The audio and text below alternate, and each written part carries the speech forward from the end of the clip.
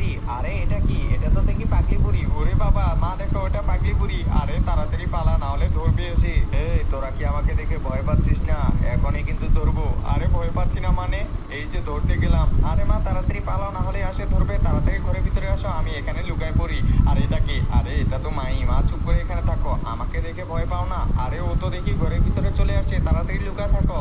এখানে থাকা রুটিটা আমি খেয়ে নি, যে আমাকে ভয় পাবে না তাকে একবারে মেরে ফেলবো। তোরা আমাকে চিনিস না, কি খাবা খাও, আমাদেরকে তাও ছেড়ে দাও। ওরে বাবা চলে গেছে, আমি চলে যাই। আরে এটা কি? তাড়াতাড়ি ঘরের ভিতরে যাই, এটা দেখে তো আমার অনেক ভয় লাগে। আমি এখানে গিয়ে লুকাই। আরে আমাদের এখানে চলে আসছে। আরে পাগলি তোমার কি হলো? ওই একজন মা কতটা আপন হয়ে থাকে, যার মানেই তাকে জিজ্ঞাসা করে দেখো। তো দেখা যাক বন্ধুরা, এই মায়ের জন্য কে ভিডিওটিতে লাইক এন্ড সাবস্ক্রাইব করে।